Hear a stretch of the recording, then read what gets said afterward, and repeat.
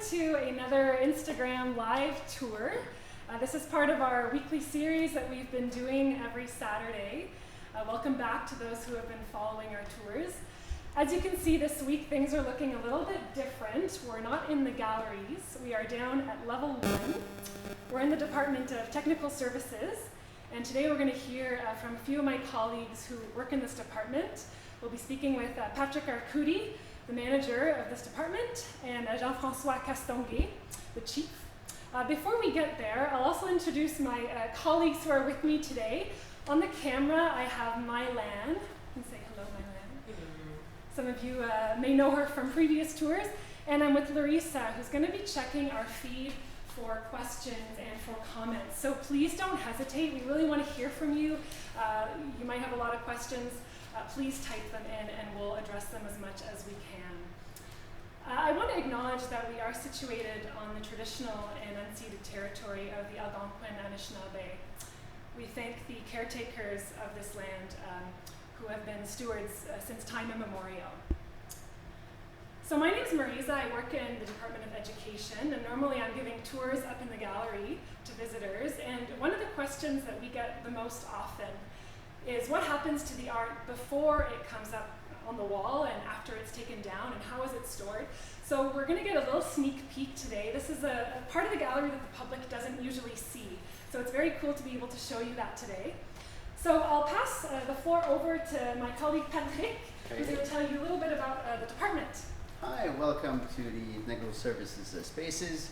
I'm Patrick Arcudi, manager of the Technical Services, and I've been here for almost 5 years. It's a really, really fun place to work, and I'll show you around with my colleague Jean-François Castonguay. We'll talk about where the spaces where the technicians are making the magic. We'll see the wood shop, the packing shop. We'll talk a little bit about the painting and the graphic shop also, and what's happening with the installers. Also, I want to acknowledge that we also take care of the loading dock and the postal services in the building. So, without any ado, this is Jean-François. Hi everyone, I'm JF Castonguay. It's a pleasure being with you today. So we'll start visiting the wood shop to see the magic that we can create in this area. Come on in. So as you see, we have all the necessary tools. It's a complete working shop. We do most of all crates for artwork, for the movement of artworks or for the storage of artworks. We do also showcases, pedestals. We do marry it with plexiglass, but if you have a plan, we can build it. That's what we do. I will show you the composition of a regular crate. It's all 3/4 inch plywood and 1/2 inch plywood, which will be sealed, painted at the exterior. The interior is covered with vapor barrier. This is to make sure there's no transition of off-gassing of the wood inside the crate. So the inside is sealed. Once the inside is sealed with the vapor barrier, we use unbleached cotton. So there's the bleaching will create off-gassing. So we want an unbleached cotton that we will cover regular insulation, house insulation. So this crate will become completely sealed. Once the lid is on top and we have locking devices, once it's applied together, we have gasket. This becomes a completely sealed environment for an artwork. Once this crate is done, it gets painted. Once painted, it's transferred to the packing shop. The packing shop will do the crating of the artwork that will be inside the crate. We have 2 technicians working in here. They do magic. They work well together. Andy is a really nice guy, and he knows his stuff. He knows how to work the wood. He used to work with plexiglass, so we have some expertise in making plexiglass also. we come from a wide variety of backgrounds. So together, we complete each other. We have a question. Yes? We have a question from Merci Valérie, who Yep. used to be an interpreter here at the gallery. Mm-hmm. Her question is, what is the most complex thing you made or built in the wood shop? Most complex Most thing. complex. Les boîtes. Les boîtes de chaussures. It's not built yet, No, it's but not. that would be That something would very be. complex. It's coming. But I would say there's different kinds of vitrines that we needed to build. One of them was for the show for René downstairs. What was the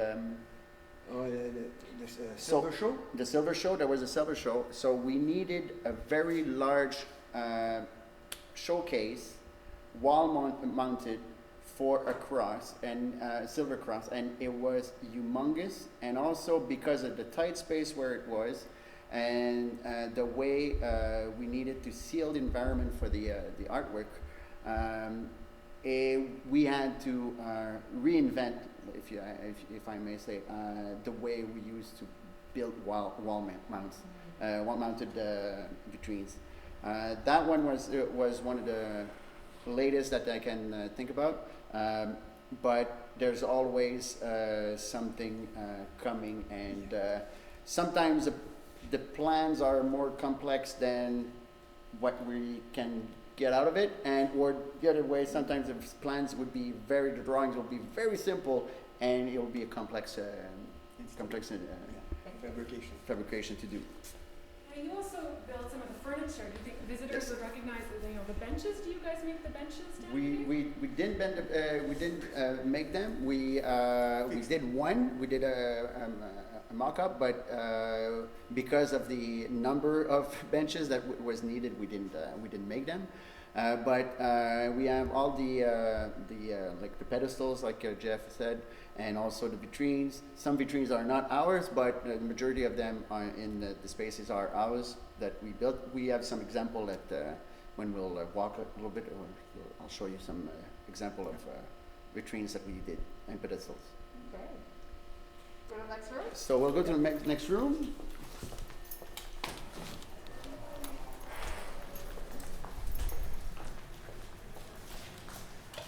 High security. So high security, yeah.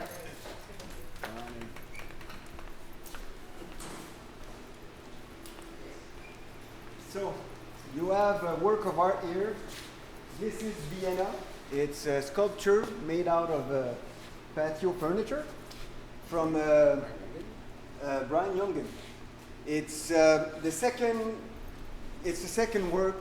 We have more than two works from Brian Jungen. The first one that we received was Shapeshifter. It's the big whale that everybody loves and to watch. And this one was built years later for a special event. So now we have both of them. I think it was made in Europe and shipped here. Now we notice that the crating needs to be upgraded so we can move it or lend it out if someone wants it. This is the new style of crating that we do. We've been working on that style for decades, but there's always improvement that are being made all the time to make it better, safer, and stronger. As you notice, the principle is polyurethane foam, and this white foam here is Echofoam. It's a very simple principle. The Echofoam is in contact with the work of art, and the polyurethane foam is in contact with the crate. So when the work is very heavy, we have to compensate. If I go with a full hand, we have a CAD program from CCI that dictates to us the thickness and the surface of EchoFoam to be put and polyurethane foam to be installed. With this, we are within parameters, and the work will be safe to travel. This will absorb all vibration, and this will secure the work in place. There's different models. I'll show you the head of Vienna. Normally this is a sculpture, for those who may recall, it's 8.5 meters Long, yeah. It hangs above our heads. It's about 8 feet, 10 feet in the air. That's right. So we need special equipment to install, but that's the regular day-to-day operation for us. Like you see, it's a big, big structure. With the lid for this thing has paddings, so in movement, the tray, this is the tray, will not move. It is secure in the box. The size you got there, so everything will travel on this without damaging the work. It's a beautiful work once installed. Mind you, I think we can find more patio furniture to replace some elements if something happens. It's also a beautiful crate And and a beautiful way gorgeous. of creating the work of art. So also, like the tray, just here, easily once we take this before, the tray is can be easily pulled out from like Jeff was saying. That's it. So, Take so this. you can Both trays comes out, then put away, and then this can be pulled out and then put on dollies to be brought in place. It glides. It's so much easier. yeah. So and also that tray will help the installers because this will be lift up to install it. So again, we're trying to as much as possible making sure that we make sure that the work of art is safe in the crate for traveling, and also if needed, we talk to installers to make sure that the way it's created, it's easily out of the crate, and if we can help to install for the installer how to install it, it'll be we have communication for that. So the goal of this is also our technician will always follow some information from the conservators that will tell us, this part is fragile. We need to we can't have any friction on this part of the work, and so the technicians will take all of the issues with the artwork and consider all this to make sure that the packing will be the most secure possible for the work of art to travel. Yes. Jean-François, you mentioned the Canadian Conservation Institute Yeah. As a place where you get information on new technologies. Do you guys keep in contact with other institutions as well, like other museums, and exchange information? Well, we do across Canada. We will exchange information with all institutions. We have a public mandate to share our knowledge, and when you're a smaller institution and you need some answers, don't be shy. Call us. We will help you out. Look. We did help a lot of people during the time that sometimes they see something on the wall. What kind of hooks did you work with? The crates, for sure. Sometimes crates like this for smaller institutions will be difficult to build themselves because they don't have the physical possibility to do so. But also for monetary reasons. Also, this is pretty expensive crate. But we cannot. We have to spend that kind of money to make sure that the works of art are secured. This will be its own for. It's its own, yeah. We say 100 years, but in my lifetime as a museum worker, we went from bad to very, very good. People were smoking in museums when I started, and we had tar paper inside crates. Wow. This, it's a major shift. It's a major shift, and it's just the start. It's going to keep going. I will show you the two other. We have some 2D works that travel flat, and to travel flat, we call this cabaret. Tray? A tray. Yep. We just put the work inside. So this work has this loan has two works only. One work will go in this one. Then we take the other one, put it back on top of it, put the other work, and then there is filler that will go on top. This should be it right here. Yep. And this will go on top like this. And the lid will be touching this. Okay. So this is encapsulated in ethafoam, which is pretty safe there, and this is all sealed, so there's no exchange of any contaminants.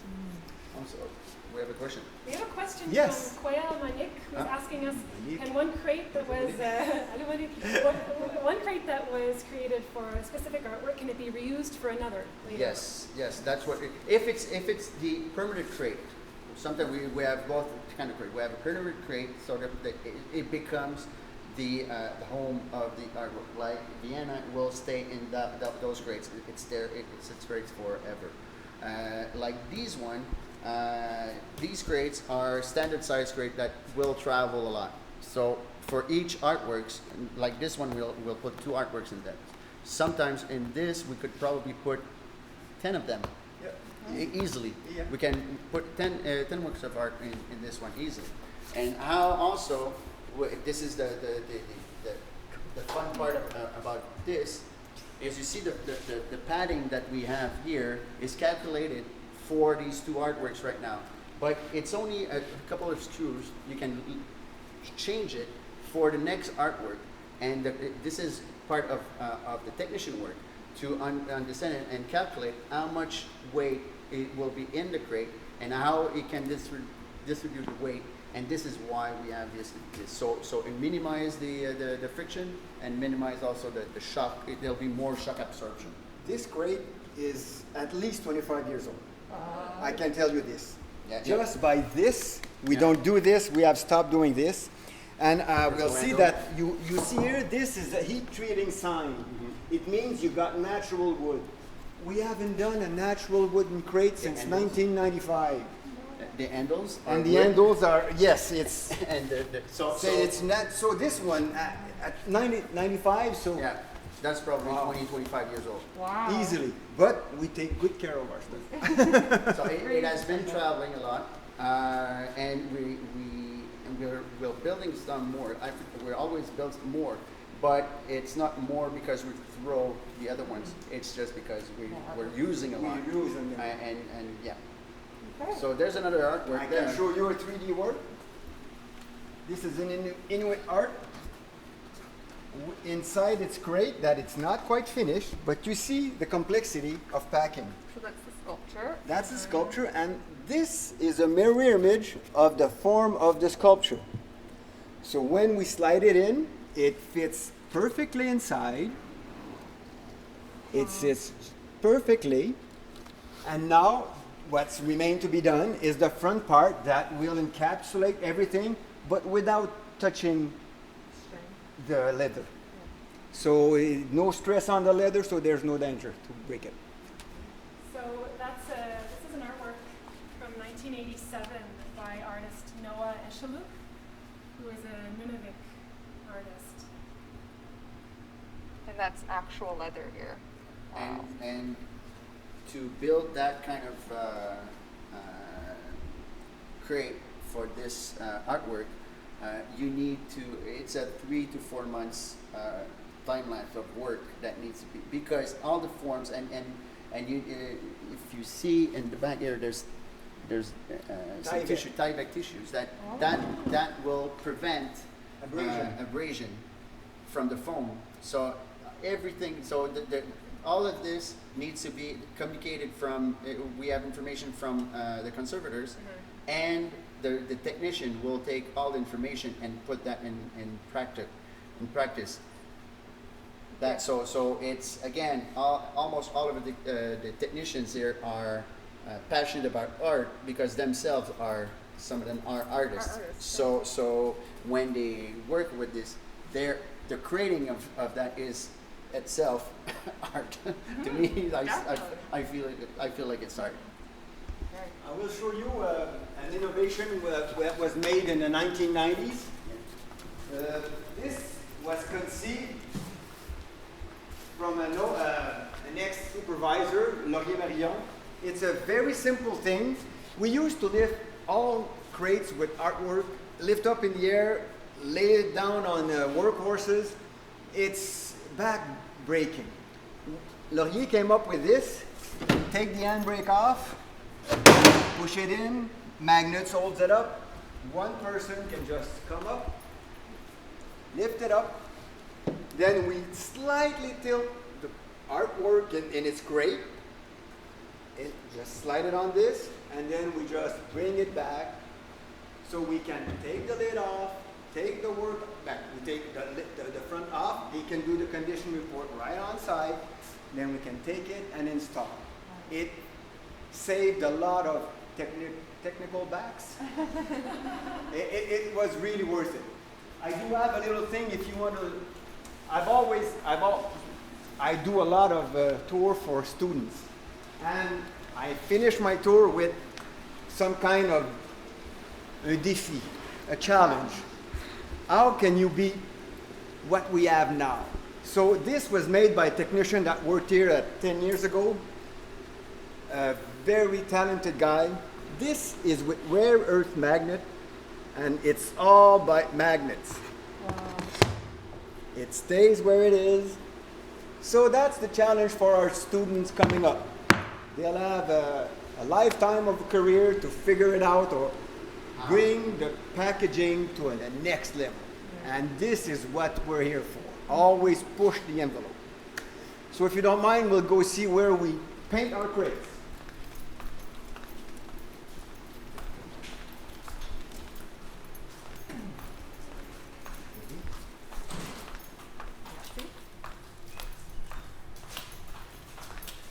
Well, sorry, this is the paint shop. So everything that is painted in this place goes through, first of all, is painted inside there. There's a fume hood in there, so all the fumes can be sucked out with the system. All our crates are crate red, and it's painted multiple layers, multiple sanded between layers and re-adhere more paint. You can see that's an older one. These are, this one is really, that's the kind of crates that we would have to lay down on the open. So it is not feasible anymore. The way we changed our work, instead of having an 8-inch crate, our crates have a minimum of 20 inches to 24 inches. We take the end off, and then we can put 2 HTS inside, and we can have 2 works of art. Okay. When you leave it alone, it stands up by itself. These, they are tippy. And if this goes towards one of our technicians, I always tell them, get out of the way, this will kill you. It's too heavy. So we will pick it up afterwards. So that's why we don't do crates that are dangerous anymore. We widen our footprint, we can put HTS, and I will show you what HTS look like. I just want to mention something going before with the floor. Yes. It's, looks like a murder scene here. A Jackson pull-up. Before we get to the off-gassing room, we do have a graphic studio space. In here, we do all labels, which are originally printed out of a design, one floor up, and are brought down here. When we get the labels, it's mounted on the 2-ply cardboard, and then it's installed in the gallery space. We also do vinyl that will have a quotation or names. We do it mostly in-house, but when we have a major show, and our deadline never moves back. We are the last one out of the room. So when there's no more room to install, we get some outside contractors to help with the vinyls and stuff like that.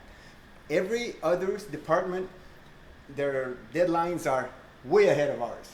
When they push back, our deadline never moves. So that Jill often is putting burnishing letters or putting labels while the newspaper are coming in the front door. She's going out the back silently. Yes? So we have a question. Yeah. We have 2 questions that are kind of linked. Bridget Hayes is asking why red, and Koyal Manik is also asking, are red crates a signature of the NGC? Anywhere you'll go in Canada or in the world, if you see a crate this color, crate red, it's ours.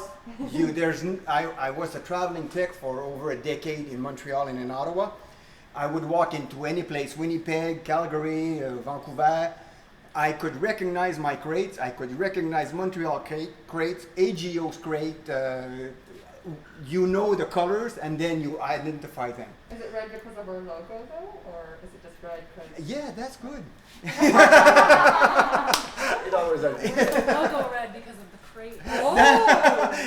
Because they were red before. Yeah, I think they were red Maybe before. our logo They- is red because of the. Yeah, because our logo just started in '88.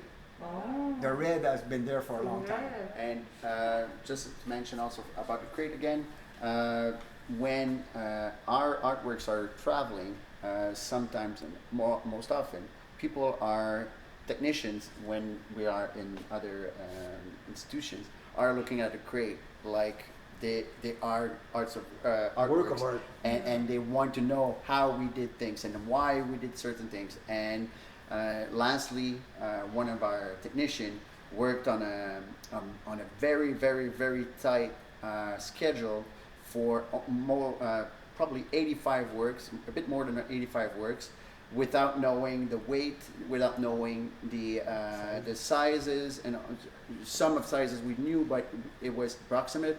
So we had to come down with a different way of creating, and a different way to see creating, and that is feasible for in the timelines, but also putting the work of art securely in the crate. So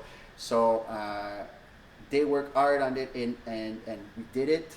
And the first place that the artworks, the show traveled to, the technician couldn't believe how beautiful the crates were and the inside of the crates.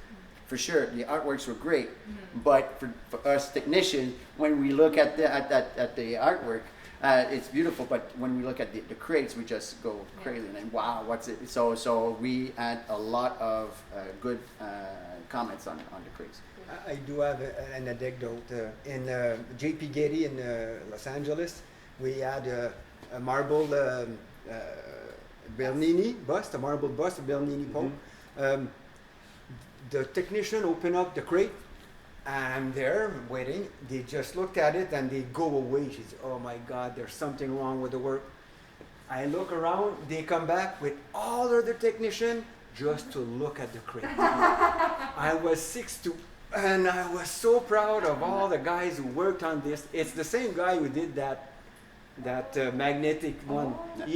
Jim Robertson was talented. Not to know. Oh, excuse me, not to name him.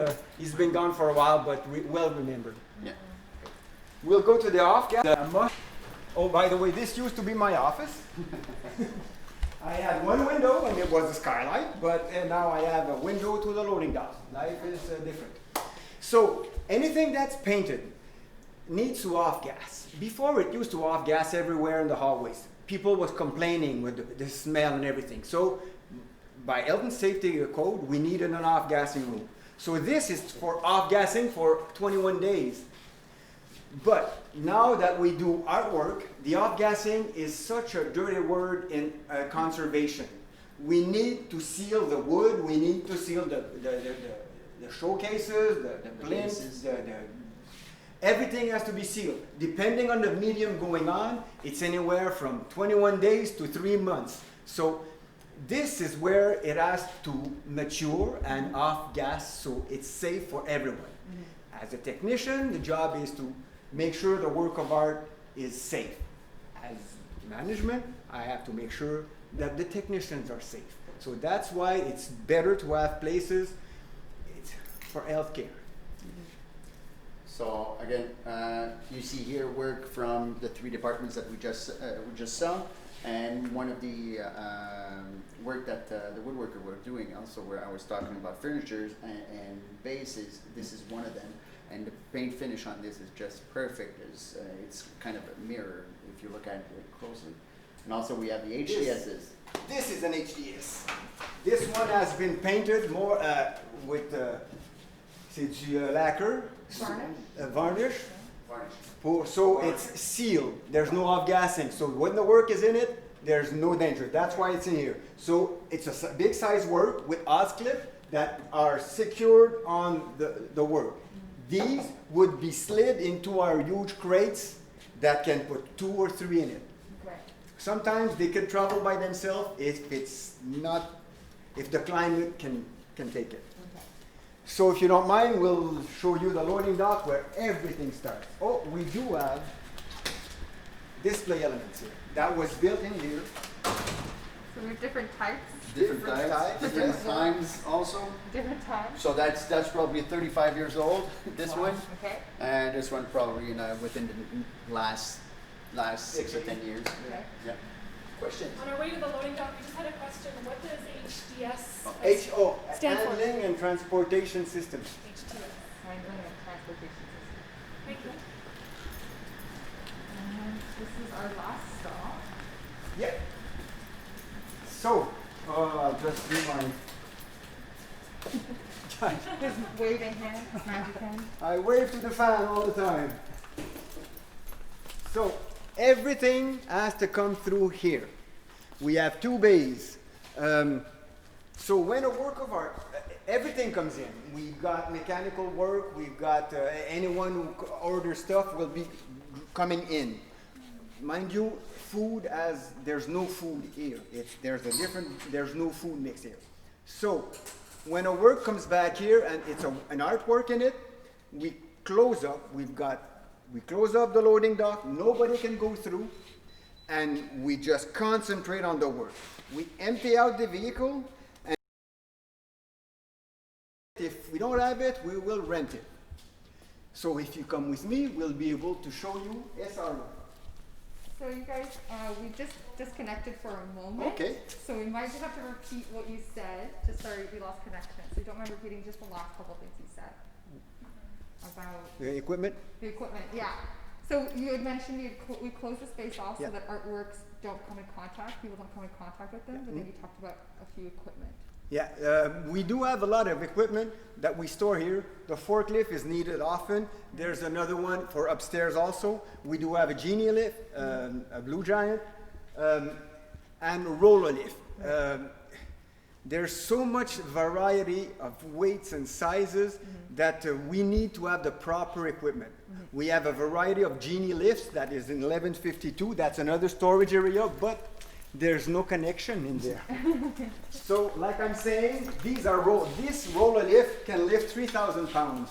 So both of them, they can lift 6,000 pounds. That's 3 tons. Wow. So it's starting to be, it's bulking up. What do you think of the Gustave Doré piece we have, the Poème de la Vigne? I went to get it. Bronze? I went to get it in San Francisco. And when we put it down, the wind went through and there was stuff flying in the back. The guys told me, get out of there. I said, why? Those are black widows. They were little spiders. It's little things. I've been on the road for over 12 years now. So there's little things that happens, but we brought it here, no problem, and then we got it upstairs. So it had to go through the loading dock, the corner you saw, then there's a couple of more curves, and then and we put it back up on its feet. We make it look easy, but we have great staff. They're so talented. And this is SR1. As you see, there's a crate red there. Mind you, a lot of those are not painted anymore. I find it a lot easier to identify the crate in a storage when you have a color. So this crate used to be for what you saw in the packing part. This is Vienna's original crate when it came from Europe. It's not good enough to travel anymore, so we will not put the work in danger. We will make it safe and easily accessible to work. Sometimes it's packed when it comes here. We have to redo the packing so we don't damage anything. It's very important to keep the work safe. We work with conservation all the time.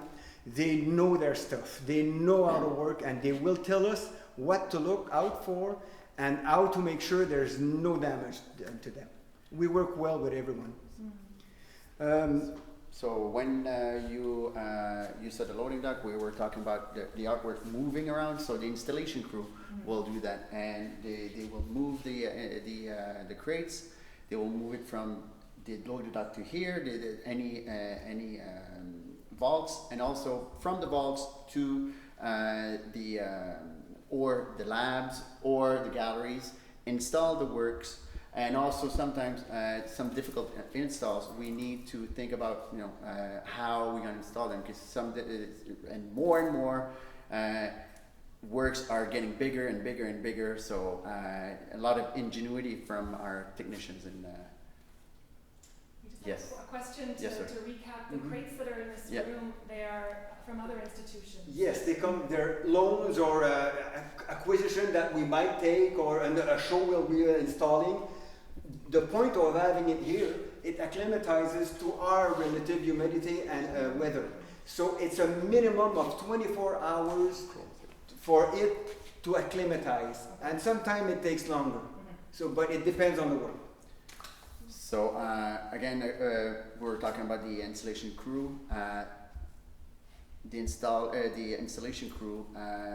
We have at least half an hour of material to talk about, just to tell you what they're doing. So basically what I'm inviting you to, stay tuned. Soon enough we'll have a work of art from when it came in to the installation, all the steps that was taking. The installation crew is working on something that they want to show you, and to put in light what they're doing, not only a few words, but really to show you what they're doing. Awesome. So, thank you.